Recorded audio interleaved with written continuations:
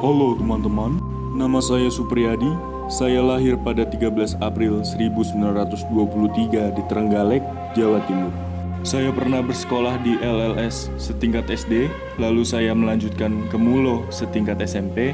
Setelah itu, saya melanjutkan ke sekolah Pamong Praja di Magelang. Namun, sayang, saya tak sempat lulus karena Jepang mulai menyerang negeri. Akhirnya, saya dipaksa Jepang untuk mengikuti pelatihan Seimendoyo di Tangerang, Jawa Barat. Saya akhirnya bergabung dengan organisasi PETA dan diberi jabatan Sondanko. Saya bertugas menjadi pemimpin gerakan ini di Blitar. Gelar Sondanko atau pimpinan peleton diberikan Jepang kepada saya. Saya diembani tugas untuk memimpin sebuah gerakan milisi bernama PETA atau Pasukan Pembela Tanah Air. Selain itu, saya juga bertugas menjadi pengawas Romusa atau pekerja yang dipaksa membangun jalan dan benteng di Blitar. Melihat saudara sendiri, saya jadi kasihan sehingga saya menjadi geram. Akhirnya, saya memutuskan untuk merencanakan sebuah gerakan pemberontakan.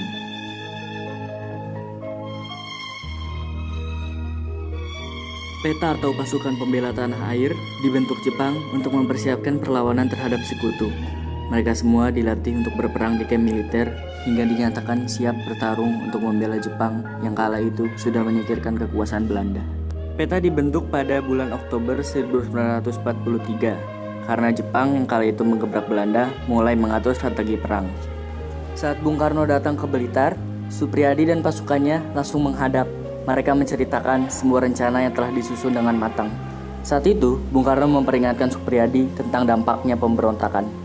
Namun, ia tetap bersikeras jika pemberontakan ini akan berhasil.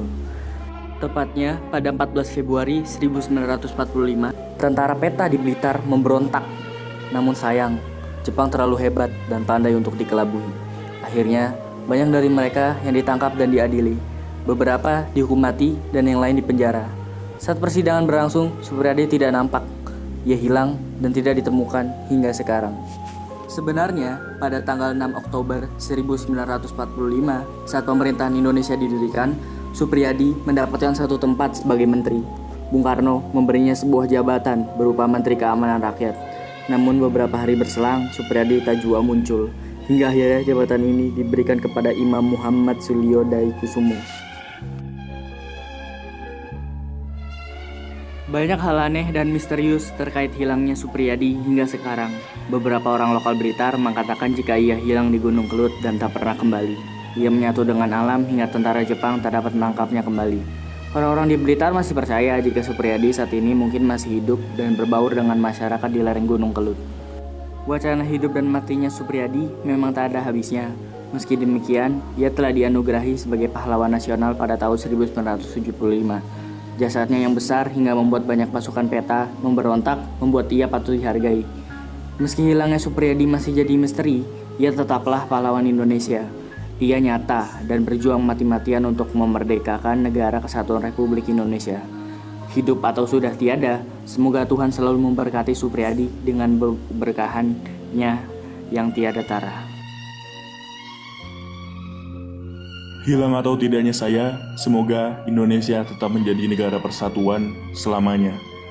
Sekian dari saya, kurang lebihnya mohon maaf. Wassalamualaikum warahmatullahi wabarakatuh.